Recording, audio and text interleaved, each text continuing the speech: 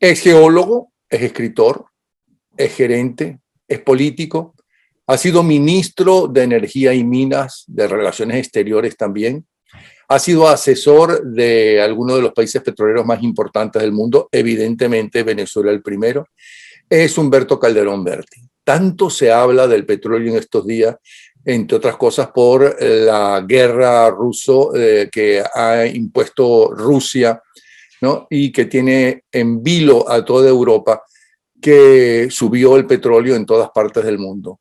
Pero la pregunta es, con nuestra saludo, ¿tiene futuro, tiene esperanza el petróleo venezolano en las próximas décadas? ¿Qué está pasando con él? Buenas tardes, Napoleón. Buenas tardes, queridos radioescuchas, televidentes, mejor dicho. Yo creo que ayer estaba, por cierto, dando una conferencia en Valencia, España, y me refería a ese tema que tú acabas de plantear. Cuando yo era ministro de Petróleo en Venezuela hace ya bastantes años, estoy hablando de 30 y tantos años, el mundo estaba consumiendo 65 millones de barriles por día. Hoy consume 100 millones de barriles por día. Y en aquel momento se le hacía mucho énfasis en que había que establecer medidas de conservación energética, sustituir petróleo por otra fuente de energía. Y en aquella época se hablaba de la geotermia y de la energía nuclear. Bueno, la única de las cosas que se proponían en esa época que progresaron en cuanto a fuentes energéticas alternas fue la energía nuclear. Pero resulta que en estos tiempos las cosas han cambiado, particularmente en Europa. Hay un desescalamiento del uso de la energía nuclear y del carbón. Y se está propiciando mucho el uso de la energía solar y la energía eólica. Eso está muy bien, pero ha aumentado el consumo ha aumentado prácticamente 40 y tantos millones de barriles por día. Hace 10 años, el petróleo significaba el 85% y el petróleo y el gas de las fuentes energéticas del mundo, el 85%. Después de 10 años, haciendo énfasis sobre fuentes alternas de energía y en Europa metiéndole mucha plata a la eólica y a la solar, pues el consumo ese 80% sigue siendo los hidrocarburos, el petróleo y el gas natural. Y apenas en el mundo entero, de los 100 millones de barriles que se consumen hoy, el equivalente de eólica y solar, equivalente a petróleo, son 5 millones de barriles por día, 5. Tengo que entender entonces que ahora se consume más petróleo en realidad, ¿no? Que el año pasado, antepasado, que hace 10 años, que hace 20 años, a pesar de toda la campaña que hay contra la contaminación del petróleo, etcétera. Comparado con lo que hace 30 años, 35 años atrás, muchísimo más. Y comparado con años recientes, si no se produce más, casi lo mismo. No ha habido mayor progreso. La gente está un poco confundida con el tema de la transición energética, Napoleón, porque la gente cree que la transición energética se va a producir como se produjo la transición, por ejemplo, de la tecnología digital. Yo recuerdo cuando yo hacía mi posgrado en Tulsa hace ya muchísimos años, hace ya casi 50 años que estaba haciendo el posgrado en la Universidad de Tulsa en Oklahoma, en los Estados Unidos, que en la universidad había una máquina 1130, creo que era la computadora de la universidad, que era el tamaño de un salón, pero no era suficientemente capacidad, no tenía suficiente capacidad y tenemos que ir al centro de la ciudad todas las noches a correrla en una IBM 360, que era el tamaño de una oficina de 600 metros cuadrados con tarima y con aire acondicionado, etcétera. Aquello era lo que se usaba en esa época, estoy hablando hace muchísimos años. Eso tiene menos capacidad que esto. Una 360 de esos años tiene menos capacidad que este telefonito que tengo aquí en la mano. De manera tal de que la gente asume, la gente piensa que la transición energética va a ser igual que la transición de las comunicaciones, y no va a ser así. Va a ser gradual, progresiva, y no se va a sustituir de la noche a la mañana el petróleo y el gas por otra fuente de energía. Ahora, ¿qué pasa? Que las fuentes alternas de energía tienen grandes dificultades. Por ejemplo, en España hay 46.000 megavatios de energía instalada. 46.000, en Venezuela hay 35.000. En España hay 46, pero de eso, de energía solar, de lo que está instalado, y energía eólica se utiliza aproximadamente el 20% de cada una de ellas. Entonces dices tú, bueno, ¿y el resto qué se hace? Bueno, que cuando no hay viento no hay energía, cuando no hay sol no hay energía, y si hay sol en la noche, ¿cómo la en el día, cómo lo almacenas en la noche? Con baterías. Pero ¿cuánto cuesta la batería? ¿Qué área ocupan? qué volumen, qué área van a requerir. La cosa es muy complicada. Entonces, claro, yo ayer decía, hice una frase que más o menos decía lo siguiente: las energías alternas son un lujo de ricos. Hoy en España se está pagando el costo de la electricidad 8 veces más caro que el año pasado. 8 veces más caro. Entonces, claro, si tú tienes dinero, pues a lo mejor no te importa mucho, pero una persona que viva con un sueldo mínimo, un taxista o un obrero, un agricultor, etcétera, no puede asumir esos costos. Entonces, ni que se quiera, y además, ponle que progrese mucho en Europa y en algunos otros países industrializados. 2/3 de la población mundial está en países pobres, y esos países no van a tener acceso a la energía solar y a la energía eólica. De manera tal de que yo creo que esto hay que verlo con mucho detenimiento. Y fíjate lo que está ocurriendo, por ejemplo, en los Estados Unidos, que es un caso bien interesante. Los Estados Unidos en el año 70 producían 10 millones de barriles. Venezuela en ese año producía 3.700.000 barriles. Era el principal país productor de petróleo de la OPEP, que había sido creado 10 años antes. El año 2007, los Estados Unidos producían apenas 5 millones de barriles por día. Y se empezó a utilizar a plenitud y con mucho esfuerzo el fracking, ¿no? Que es la producción de petróleo y gas natural de yacimientos no convencionales. Y eso llevó la producción de petróleo de 5 millones de barriles por día a 13 millones de barriles por día antes de la pandemia. Ahorita está un poco por debajo. Y el gas natural pasó de 40.000 millones de pies cúbicos de gas por día a 110.000 millones de pies cúbicos de gas por día. Los Estados Unidos prácticamente es un país autosuficiente en petróleo. Requiere cierto tipo de petróleo pesado, etcétera, que están importando de otra parte del mundo 600, 700.000 barriles, pero se puede decir que es un país petroleramente autosuficiente. Y de gas está exportando gas natural licuado. Lo que pasa es que en Europa, que existe actualmente el problema grave con Rusia por la cuestión de la guerra de Ucrania, pues Europa no puede decir hasta aquí consumo gas ruso y mañana traigo gas de los Estados Unidos porque no hay plantas de regasificación. El país que está en mejor situación, en el fondo, desde ese punto de vista, es España, que tiene el gasoducto que viene de Argelia, en primer lugar, y luego tiene alrededor de 7, 8 plantas de regasificación. Pero no es el caso de, por ejemplo, Alemania. Entonces, hoy, en plena guerra, hay una situación de dependencia extremadamente peligrosa. Europa está consumiendo el 40% del gas que se consume en Europa es gas ruso, 40%. Pero si nos movemos al norte de Europa, eso significa el 70% del consumo. Por eso es que las medidas que están adoptando los países miembros de la OTAN y los países europeos es tratar de cortar el suministro petrolero, que eso tiene más alternativas, porque hay petróleo del Medio Oriente, hay petróleo de West África, del norte de África, etcétera. Hay otras fuentes de suministro, ¿no? Y esos 5 millones que se importan de Rusia en estos momentos pueden ser sustituidos. Lo que es muy difícil de sustituir es el gas natural. Y eso plantea una situación extremadamente grave y peligrosa para Europa. Y una dependencia, porque ¿cuáles son las dos armas de disuasión que tiene hoy Rusia? Una es el gas natural y la otra las armas nucleares. Esa es. Ahora, Rusia es un país de grandes contradicciones, ¿no? Es un país que tiene más de 10 millones de kilómetros cuadrados y apenas 140 millones de habitantes. Digo apenas, porque es un territorio muy grande. Indonesia, por ejemplo, tiene 280 millones de habitantes. China tiene, vaya usted a saber cuántos miles de habitantes tendrá hoy en día, igual que la India. Pero Rusia es un país muy despoblado, ¿no? Y de contradicciones, porque depende fundamentalmente de las exportaciones de gas y de petróleo. La economía de Rusia es una economía tercermundista, porque es más pequeña que la economía de Italia, que es 1.9% del PIB mundial, de Italia, y un poquito ligeramente superior al de España, que es 1.5, de Rusia es 1.7% del PIB mundial. Entonces, en el fondo, es un país de grandes contradicciones y que utiliza sus exportaciones de materias primas, petróleo y gas natural para financiar la economía. Eso en cuanto a la situación mundial. Vayamos ahora a Venezuela, no solamente en petróleo, sino en el problema de la sociedad y de la política y el gobierno o los gobiernos que hay en Venezuela.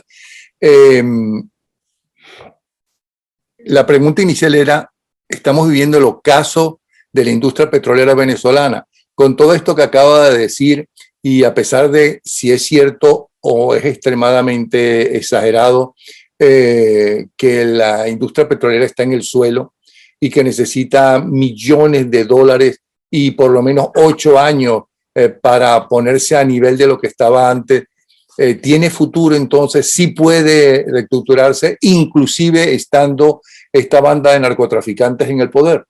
En los casos de la industria petrolera venezolana ya se produjo, ¿no? Pero no porque no haya reservas o no haya recursos o no haya, los hay en abundancia, muchos recursos y hay sustanciales reservas. El problema ha sido el mal manejo de la industria petrolera venezolana, ¿no? La industria petrolera, cuando se despiden 20.000 personas, fue cuchillo para la propia garganta del gobierno, porque fueron 20.000 personas que no eran ejecutivos todos, ejecutivos, gerentes, técnicos, obreros especializados, en general el 50% del personal. Eso fue demasiado protuberante, demasiado importante, y fueron sustituidos por gente sin experiencia, ¿no? Entonces, ¿qué originó aquello? La caída de la producción y el desmantelamiento del sector refinero nacional. Por ejemplo, recuerda que cuando Chávez llega al poder el año 99, en Venezuela se producían 3.300.000 barriles por día. Hoy se estarán produciendo entre 600 y 700.000 barriles, porque las cifras no son muy confiables, pero eso es más o menos lo que se produce. Y por otra parte, la refinación está en el suelo.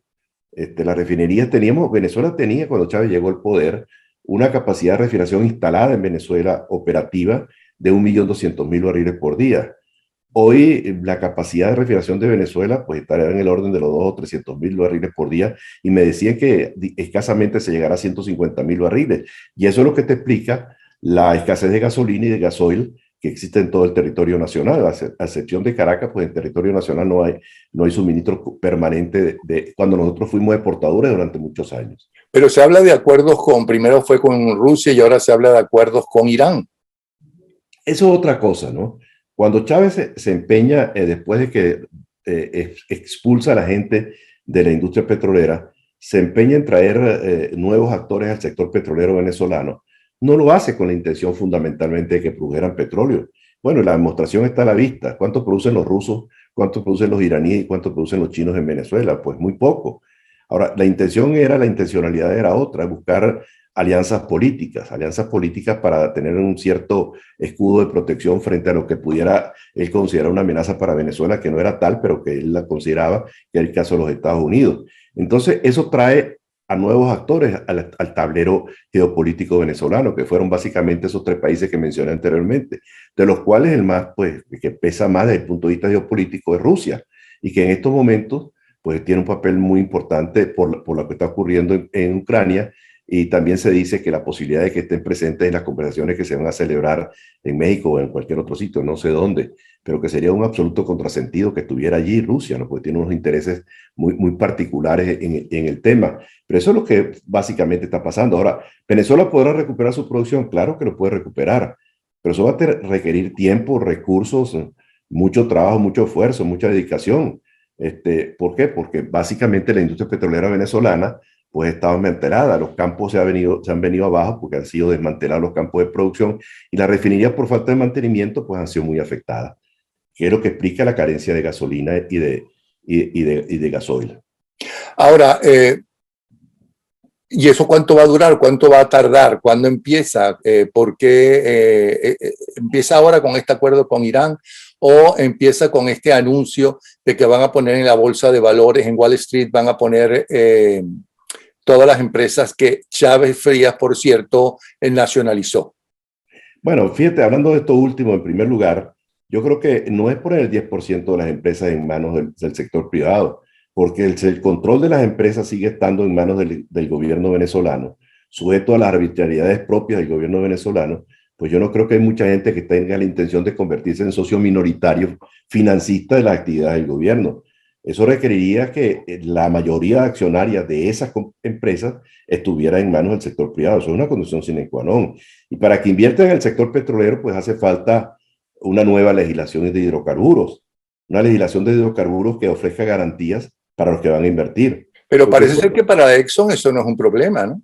No, sí es un problema, sí es un problema. Estamos hablando de recursos muy grandes. Por ejemplo, en primer lugar, Napoleón, tú dices, bueno, ¿cuánto se podrá aumentar? 300.000 barriles por día a la vuelta de un año. Eso es posible, eso va a requerir 2, 3 mil millones de dólares. eso es alcanzable, pero cuando ya queremos montarnos en otras dimensiones de producción, pues habrá que invertir muchísimo más dinero.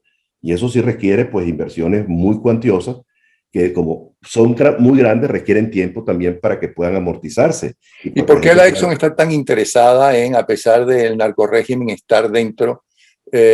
No porque sea narcorrégimen, sino porque No es la de supuestamente Exxon, son no es la de Exxon, comunistas o socialistas, quieran entrar en Venezuela. la que ha mostrado más interés en esto, tengo entendido que es Chevron, que está en Venezuela, ¿no? Y que maneja el campo de Boscán y que puede aumentar sustancialmente su producción si hay garantía. Pero fíjate qué es lo que le está pasando a las pocas empresas que quedan en Venezuela. Como son empresas mixtas, donde la mayoría del Estado venezolano, pues se corre el riesgo, que es lo que está pasando, que no reparten los dividendos. Entonces tienen dividendos atrapados allí. No pueden beneficiarse de su participación en las empresas porque el socio mayoritario decide no entregar dividendos, que es lo que está ocurriendo en la Chevron y le está ocurriendo a otras empresas. Entonces yo creo que eso hay que solucionarlo, ¿no? Y yo creo que los que tengan dinero y estén dispuestos a invertir en Venezuela, bien lerdos y bien tontos serán invertir como socios minoritarios de las empresas del Estado venezolano sujeto a esas arbitrariedades. Eso requiere un cambio total de paradigma, un total cambio de la concepción de lo que es el sector privado y el sector público. Para que haya inversiones, además de las garantías suficientes de la legislación, en el caso petrolero específicamente, pues tiene que haber la participación mayoritaria por parte de los inversionistas, porque si no, no van a invertir para producir dinero, para tener ganancias, pero que las ganancias se queden todas en manos del gobierno. Y yo creo que estas cosas hay que verlas con mucha seriedad y con mucho detenimiento. Y no hay, se habla de una tendencia de que el régimen está cambiando un poco su política económica y de ahí, por ejemplo, una aparente mejoría, por lo menos en las principales capitales o en algunas de las capitales de los estados del país. ¿Hasta qué punto es eso cierto? Bueno, yo no estoy viviendo en Venezuela, ¿no? Yo no sé exactamente qué es lo que está pasando allá con... Tengo entendido que lo que vive en Caracas es una especie de burbuja en el este, que hay bodegones y hay restaurantes y la gente gasta dinero, etcétera, etcétera. Bueno, también porque tiene el limitante de modelos capitales que, de dudoso origen, ¿no? No lo pueden mover con facilidad y no lo pueden gastar en el exterior. Algunos de ellos no pueden viajar porque tienen orden de captura. Las cosas no son tan fáciles como pareciera ser. Ahora, para que haya un cambio, tiene que haber demostraciones palpables de que tiene la intencionalidad del cambio. Y ese cambio significa regresarle la propiedad de las empresas a sus dueños originales, ¿no? Que fueron, no expropiados, pues expropiar significa tomar para el Estado algo, pero pagar una compensación. Y muchas de esas empresas fueron simplemente incautadas, no fueron expropiadas. Entonces, devuelven las empresas a sus legítimos dueños y permitan que las operen con toda libertad. Ahora, esta cuestión, por ejemplo, que como señalaste anteriormente, que van a poner el 10%, yo quisiera ver quiénes van a participar en ese festín. Van a ser muy pocos. ¿Por qué? Porque ¿quién se va a meter a tener el 10% de una empresa que no sabe que el control lo va a seguir teniendo el gobierno, ¿no? Y yo creo que si realmente hay la intencionalidad de un cambio por parte del gobierno, cosa que a mí me luce un poco difícil y complicada, pues tiene que empezar por quitarse de la cabeza la monserja esta del mensaje tercermundista y estatista y abrir realmente la economía venezolana al sector privado, cosa que no está ocurriendo todavía. Ahora, se habla de que la política económica también está dirigida por los cubanos. Y en Cuba a los hoteleros, especialmente españoles, les va maravillosamente bien con sus hoteles. ¿No pensarán hacer lo mismo con el petróleo venezolano? Bueno, pero es que no, una cosa son los hoteles, que son dimensiones muy pequeñas.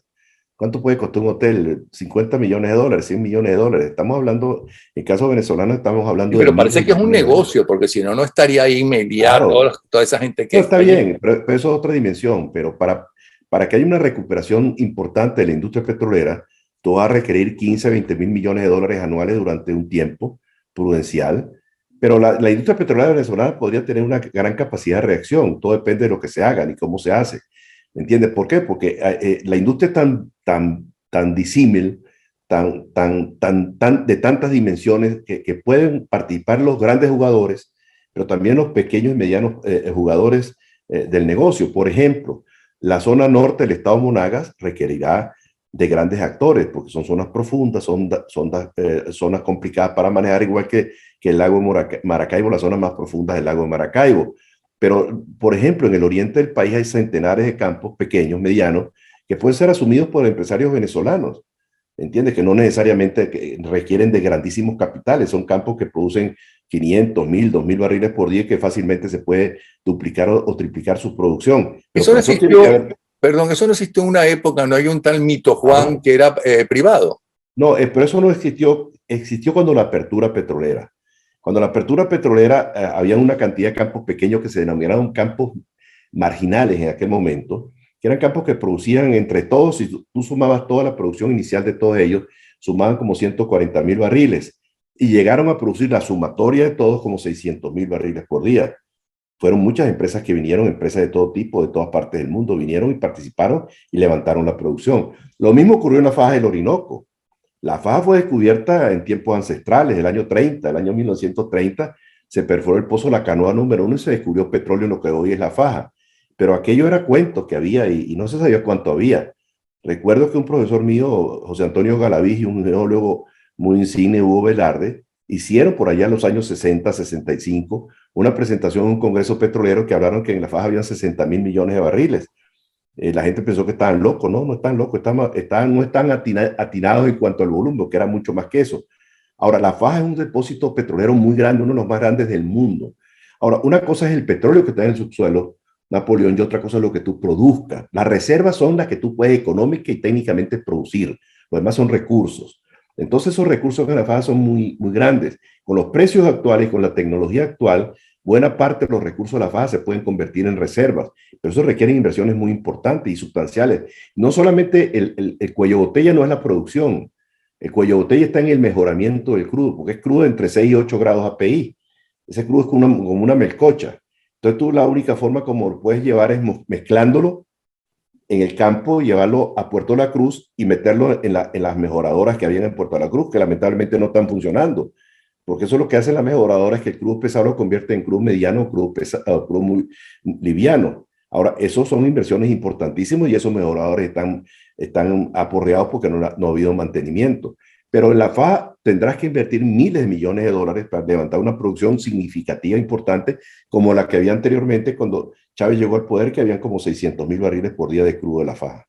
Ahora hablemos de la política y lo que esta guerra beneficia o afecta a la producción petrolera venezolana.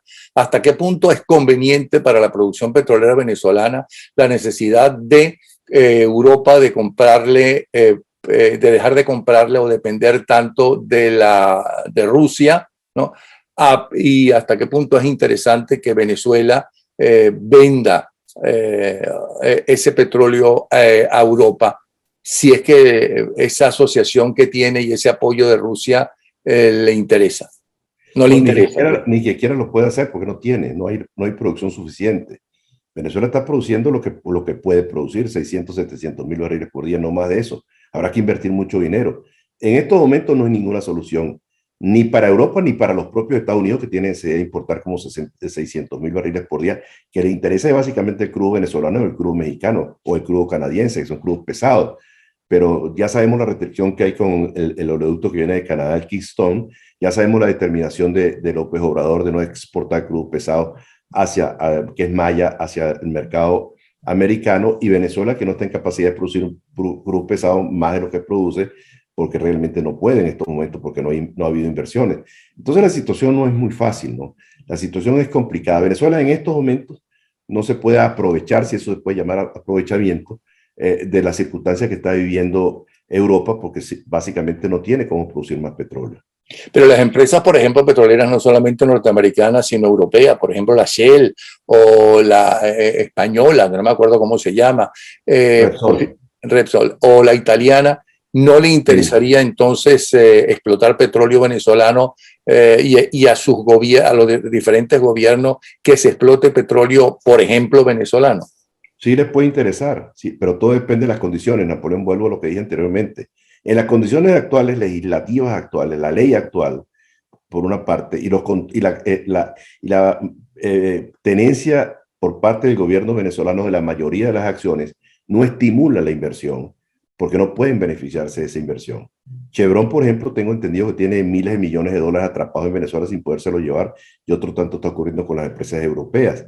Entonces, lo primero que tendría que hacer es quitarse de la cabeza la idea que tienen que tener el control de las sociedades y darle el control al sector privado para que puedan repartir sus inversiones y tengan acceso al crudo para que puedan monetizar la producción que produce. ¿Ve un cambio en la política económica con la narcodictadura? Mira, no lo sé. Hay gente que dice que sí, que va a haber un cambio. Yo no me dejo llevar, dejo llevar por los bodegones y por los símbolos estos burbujas de supuesto progreso. Yo creo que quiero ver hechos concretos. Por ejemplo, una participación importante del sector eléctrico, tanto en generación como en transporte, conducción, etcétera. Eso sería importante verlo en el propio sector petrolero, verlo, por ejemplo, que le devuelvan las empresas que le fueron incautadas a la gente. Yo creo que son señales, esas señales no se han visto. Han dicho que están empezando, están pensando en regresar a algunas empresas del Estado, perdón, al sector privado. Ojalá y esto ocurra, ¿no? Pero lo que sí es fundamental es que tiene que haber cambios sustanciales en la política que se ha llevado hasta ahora.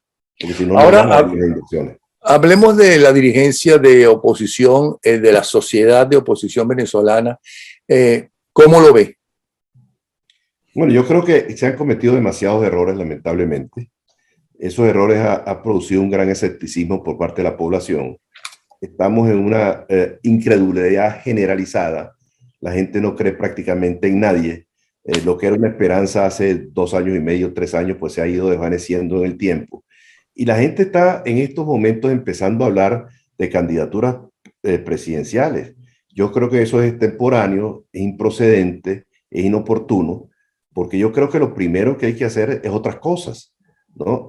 Hablar de candidaturas cuando llegue el momento, cuando haya... ¿Cuáles son las otras cosas? Bueno, yo creo que tiene que haber condiciones para que haya unas elecciones transparentes, unas elecciones que permitan, por ejemplo, que los 6,5 millones de refugiados venezolanos puedan votar. Eso es importantísimo. Y también habría que dar otras condiciones. Yo creo que si realmente se quiere dar manifestaciones claras de cambio, tienen que poner en libertad a los presos políticos, civiles y militares. Tiene que permitirle a la gente que está en el exterior que regrese. Tiene que permitirle a los que están adentro con prohibición de salida puedan salir al exterior. Hay una serie de cosas, ya en el plano estrictamente político me refiero yo, y luego en el plano económico, lo que mencionaba anteriormente. Es necesaria una nueva ley de hidrocarburos, que está redactada, por cierto, y que sería muy atractiva para las empresas que puedan participar en la recuperación del sector petrolero venezolano. Pero el narcorrégimen estaría dispuesto a ir a elecciones y perderlas. Bueno, esa es la gran pregunta que se hace todo el mundo, ¿no? ¿Me entiendes? Pues porque hasta ahora es obvio que no. Hasta ahora es obvio que no. Entonces habría que ver cuáles son las condiciones. Si el gobierno piensa, si el régimen piensa que se pueden modificar, hay un Consejo Nacional Electoral realmente equitativo, que haya un registro electoral que sea confiable y no lo que tenemos actualmente, que haya realmente la determinación de permitir que los que están fuera puedan votar, pues las cosas son... Que haya unas fuerzas armadas que estén al servicio del país y no de la narcodictadura. Bueno, todas estas son condiciones que son fundamentales y sine qua non para uno poder acudir a unas elecciones transparentes y confiables. Y aunque no somos Cuba, ¿no? Pero en Cuba intentaron hacer todo ese tipo de cosas en un principio hasta que desistieron porque se dieron cuenta que lo que lograban es, cuando ya necesitaron una oposición, pues acabaron con ella. ¿Usted cree que ese es el futuro inmediato de la oposición venezolana si sigue insistiendo en unas elecciones libres, sin la interferencia de la narcodictadura? Yo creo que en Venezuela hay un problema serio de legitimidad. Quienes hoy conducen la política opositora en Venezuela son el resultado de las elecciones del año 2015. Y eso ya pasaron prácticamente 7 años, ¿no? De esas elecciones. Yo creo que esto hay que renovar la dirigencia política venezolana y hacer todos los esfuerzos, evidentemente, para que se produzca el cambio. La cosa no es fácil, la situación no es fácil. Yo creo que el país ya ha llegado al borde del cansancio, ¿no? Del antagonismo, del pleito, del enfrentamiento, de la crispación permanente. El venezolano quiere vivir con tranquilidad, quiere que el país progrese, que haya libertad, que haya democracia, que la economía funcione, que tengan trabajo, que los servicios públicos funcionen, que la electricidad llegue, que el agua les llegue. Y eso no está a la vuelta de la esquina y eso requiere un cambio importantísimo, un cambio fundamentalmente de tipo político. Ahora, ¿estará el gobierno en condiciones en las condiciones actuales de cambiar sus políticas? Yo no lo sé, hasta ahora no ha habido ¿Y estará el esa pueblo en condiciones y como para salir a la calle a pedir esas condiciones y no regresar a las casas? Bueno, ya ha salido en multitud de oportunidades. Tú recuerdas lo que ocurrió el 2002, el Sí, pero el 2014, 11 de el abril salió y 2013. llegó hasta Miraflores y el dictador se fue con el rabo entre las piernas. Sí, bueno, pero fíjate lo que ocurrió, ¿no? Son Ujú. oportunidades que se han desaprovechado, lamentablemente, ¿no? Y bueno, y yo creo que hoy por hoy el país está deseoso de poder vivir normalmente. Y uno ve, a mí me produce una gran envidia, pero envidia sana, cuando veo a la gente sentada en un café, tomándose un café normalmente, haciendo vida cotidiana, porque no que se está pidiendo una cosa extraordinaria, que haya libertad, que se pueda decir lo que uno piensa, que no haya la amenaza permanente sobre la gente, que tú te puedas sentar en una cafetería a tomarte una cerveza, un café, lo que te apetezca, que puedas ir por una carretera sin que te estén asaltando. Cuando no te asalta el Lampa, te asalta la Guardia Nacional, te matraquea la Guardia Nacional. Eso es lo que yo llamo una vida normal. Una vida como la que teníamos antes en Venezuela, pero no, eso no significa que no habían errores, sí había errores, pero era mucho más lo positivo que lo negativo. Y esto que tenemos ahora tiene pocas aristas de cosas positivas, ¿no? Casi todo es negativo. Calderón, ¿qué edad tiene? Unos cuantos, 80. 80. ¿Cree que va a regresar a Venezuela? Sí, claro, claro, yo tengo esa aspiración. Yo soy desde el punto de vista de edad un dinosaurio, esa es la verdad, en el argot de los muchachos. Lo que pasa es que no estoy fosilizado, que es distinto, porque los dinosaurios No, son no lo digo por eso, lo digo porque fosilizados, yo usted no estoy piensa que en fosilizado. menos de 10 años, por ejemplo, ¿no? Escribo, Eh, escribo, leo mucho, doy muchas conferencias, esta semana he dado varias, participo en muchas cosas, en muchos eventos, me mantengo muy activo, ¿no? pero no Afortunadamente. lo digo por eso, Calderón, usted es sumamente activo. La juventud no es cuestión de años, sino de espíritu. Lo digo que, según esa respuesta, usted cree que 10, 15 años no va a durar esta narcodictadura. No, no, no, no, yo creo que esto no tiene mucha andadura. Yo creo que esto no tiene mucha andadura. Esto tiene que producirse un cambio político. ¿De qué forma? No lo sé, Pero no ¿por puedo. qué si en Irán no se produjo, si en Cuba no se produjo? Bueno, son circunstancias distintas, los tiempos han cambiado. En Irán fue una cosa distinta. Mira, yo he seguido mucho el caso iraní, ya que lo mencionas. El caso iraní fue un caso muy particular, ¿no? Porque lo primero que hizo el padre del Shah fue acabar con los latifundios de los ricos, se los echó encima, y quitarle el poder a los curas, Sí, bueno, ellos pasando de una dictadura a una tiranía. Mire, claro. lamentablemente se nos va a cortar la grabación por ¿cómo se llama? Porque dura 25 No, minutos y si ahora. no, la gente se fastidia. No, no, no es porque se fastidie la gente, es que se va a cortar la grabación de Ok. Zoom. No, no sé, la principal sospechosa es mi hija, ¿ok? De que algo metió ahí para que durara todas las entrevistas cortas, a menos que sea el entrevistado el que grabe la conversación. De todas formas, bien interesante. Espero que todo siga bien. Me saluda su señora esposa, ¿ok? Igual a Ángela, la compañera de estudio de mi mujer en el Liceo Andrés Bello, en el Sí, año señor. 58.